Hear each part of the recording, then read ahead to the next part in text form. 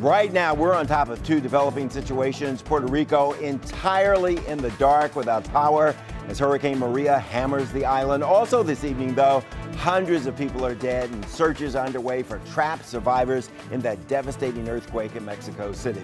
We're going to start in Mexico City tonight. Chris Martinez joins us live.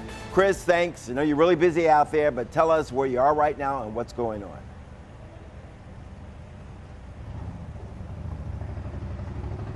Well, Bruce, we are in Mexico City, and I'm actually just around the corner here from an an office building right around the corner here that has collapsed in this earthquake. And what's happening right now, you're going to see a lot of people kind of moving in and out of this shot here.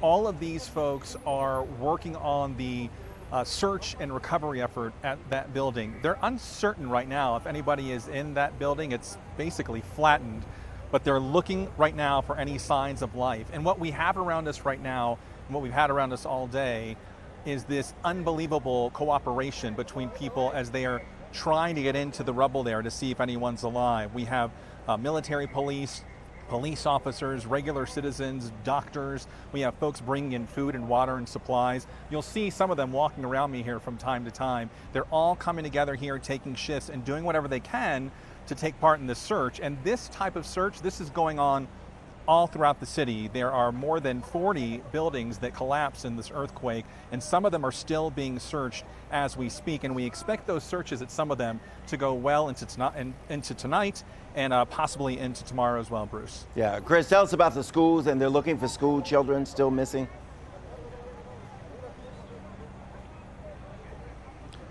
That's right. One of the very tragic aspects of this is they do have one school where a number of children were killed. They were able to pull one surviving girl from the rubble of one of those schools today.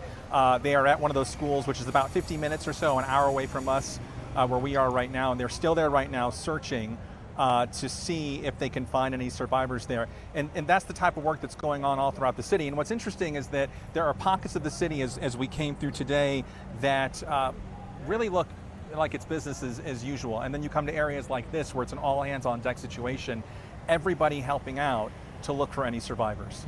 Chris, one more question. Silence, quiet is so important. I think I know the answer to this, but why are they asking crowds to keep it down, to be quiet?